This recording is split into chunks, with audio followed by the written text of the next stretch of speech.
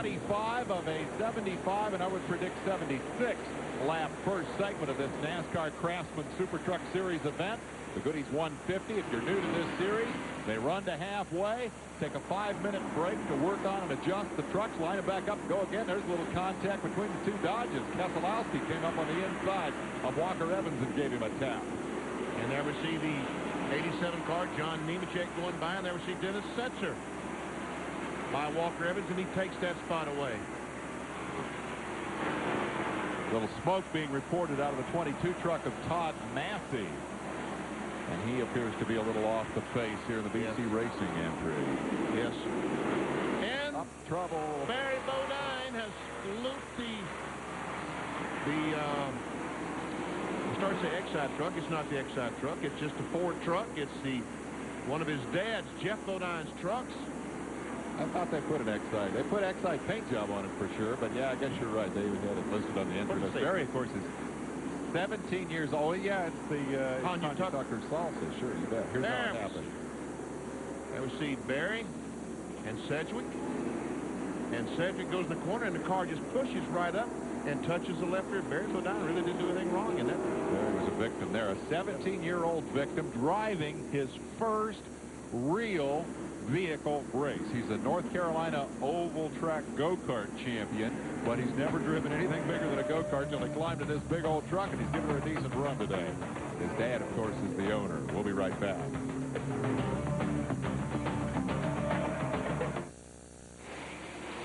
We're back at Martinsville in a battle for second spot. We've just gone back to green, and Ron Hornaday nips under the second-ranked truck driver in the series, Joe Ruttman, as you go on board for a moment with Ruttman, dropping him back to third spot. First pass among the leaders. Now Butch Miller's on the inside of Tobey Butler, trying to pick up a spot, moves Butler out of the way, and Miller moves up a notch in the running order. So everybody got excited on that restart. And here's Bob Strait. Oh, and Butler comes down, blocks the move. Butler didn't want to give up another spot. Got up into the still damp upper reaches of the racetrack and looked for a moment like he might be in trouble, in danger of spinning it, as Bill Sedgwick did earlier, but Tobey managed to get it back down without losing another position to Bob Strait. Let's go to Marty Reed. Well, an update. Walker Evans is in the pits right now. He's missing on one cylinder. They're still investigating. They're not sure if it's one wire or if they dropped the cylinder, but his day is going backwards. Meanwhile, out front, Skinner has opened up the biggest gap of what has been a stop-and-go race here at Martinsville. He has probably 10 truck runs here on now second-place truck of Hornaday. The two men who have dominated this championship series, they go side by side as once again Strait works to the inside of Tobey Butler, tries to move him up out of the way. Tobey's truck's really not bad on the outside, though. It's not bad. That's 7th spot. Going to corner side by side, and Strait has a lot of short track experience. He keeps the truck on the very bottom, and you're right.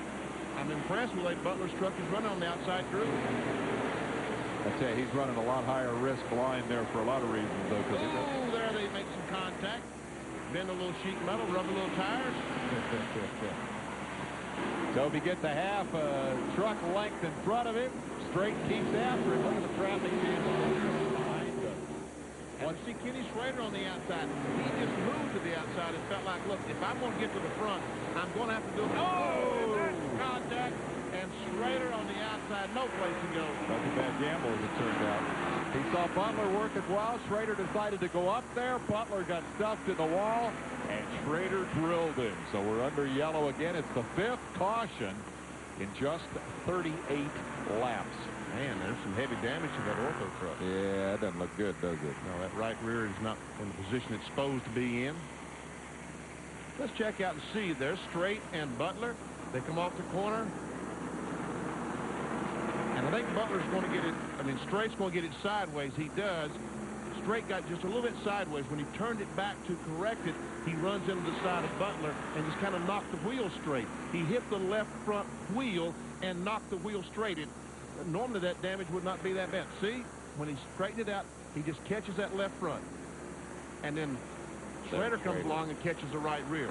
Schrader with nowhere to go, and Butler a sitting duck, and as a result, Butler comes away with heavy damage. Schrader will be beat up a bit in the nose. We'll take a break and see if he'll be able to continue. He has gone to the holler as well. It's been a wreck mart, Martinsville.